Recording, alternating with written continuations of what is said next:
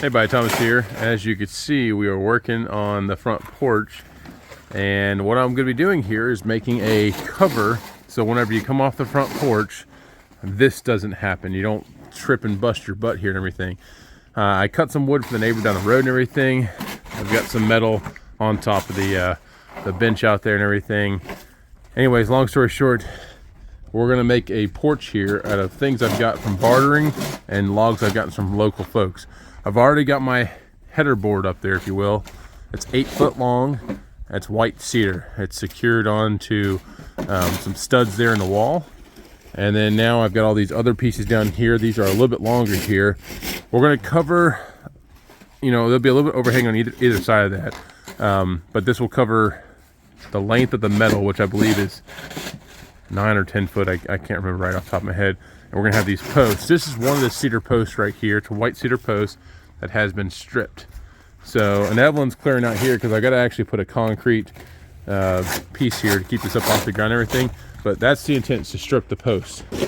Now, Tommy is over here hopefully working on trying to strip some more of these posts. Again, these are all cedar posts that are a bit too small to cut on the sawmill, but he's going to work on dropping stuff. But we're going to go ahead and, there you go. He's stripping off all the bark and everything. The problem is it all froze, and we're trying to work with these logs before they get any harder to work with. Even if we don't get all the bark off now, it's not a problem because, as things thaw out, we can always strip it later because we're going to come back and paint everything here too. But these cedar posts, they're going to match the cedar posts that we have on the front porch. Those are, rounded cedar logs, if you will, that have been painted. So that's the theme, is we're going to match kind of the theme of the house that's going on there. So without further ado, let's get back to work and see what we can get done for today. Okay, folks, as you can see, I've got the hard part done, in my opinion, getting these posts, scraped out. Tommy did a pretty good job on that. We still have more to get off, but we can do that at some other time, because right now they're frozen. That bark is frozen too there. We've got the structure up against the house, and I've got my 2x4s here. Now the bottom one here is more decorative, also to kind of stick with the live edge of the house. I went ahead and had that one of those live edge pieces of cedar there, but on the back side here, that's really the one that's supporting the most of the weight and everything. So I think that's good there. It's going to look good and rustic to match the house. But now I'm going to get these 5 2x4s right here. We'll get them up on there, some kind of even spacing so that they look appealing to the eye. There's ample of support there. And then we got to come back and figure out what we're going to put for our lathing boards going across. I might use some oak because I have a whole lot of 1x oak that is cut. And plus, they'll all kind of gray to the same color over time. So we're going to go ahead and throw in a time lapse. You can see me put these 2x4s up there.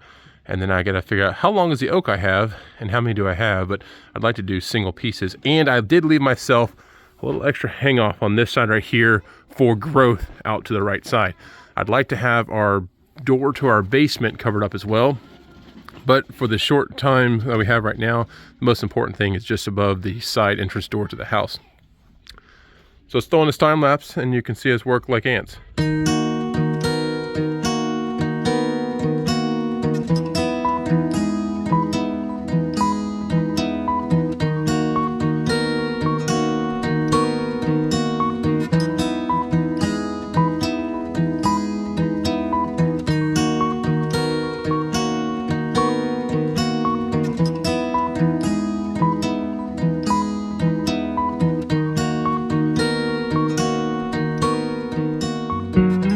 Okay, those have gone up pretty well. They're at 12-inch spacing, or 12-inch on centers. Just because I had enough to do that, might as well. Happy the way they look. Going to provide ample amount of support. Now we're going to go find some oak, 1x hopefully, and enough to do this. And I'll figure out the spacing on those. Probably going to do something in the range of 16 inches or something like that. So let's go find that oak. Okay, so I have found my oak I'm going to use and everything. As you can see, I pulled these ones out. The only problem is that they're frozen together. I managed to break a few loose, but you can see there's quite a bit of stuff on there. So we'll continue to drop these and bust these out of here. Something I've never had an issue with before is wood freezing together. But, you know, I'm learning a whole lot living up here. And these boards here, unfortunately, I had to go to Bath, Maine, and I was unable to stack these properly. And I'm gonna put these out in the sun, hopefully get these things thawed out while we have lunch. Okay, folks, these were an absolute mess. They're frozen together, but I got them all busted apart. I'm gonna put them out here. We still have quite a bit of sun, so I'm hoping I can at least get one side thawed out a little bit and knock off some of that sawdust. What a mess. I'm learning. Yeah, you got to make sure you stack these things before they freeze because it's just a big mess. Anyway, long story short, what I have here should be ample enough to finish up for my lathing boards going across on those 2x4s.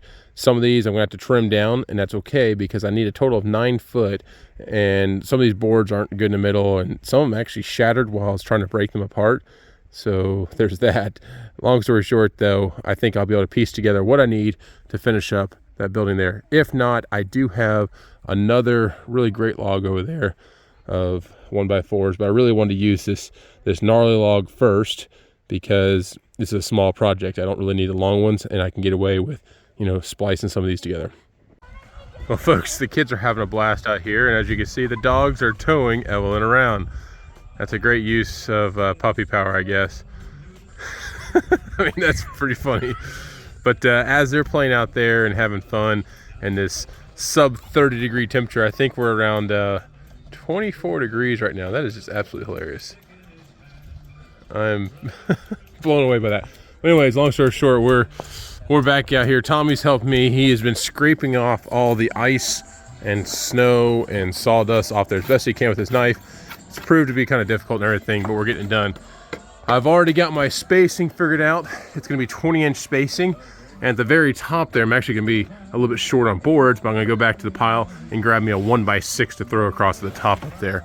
So we'll have a very good, strong, supported roof on there. What I'm going to do right now is we're going to go ahead and throw on a time lapse again so you can watch me work like an ant, move around real quick and everything, and get this done before the sun goes down. It's already starting to snow just a little bit again, but we're gonna go ahead and knock this out and then see if we can get the metal on the roof. I've got 2 sheets there.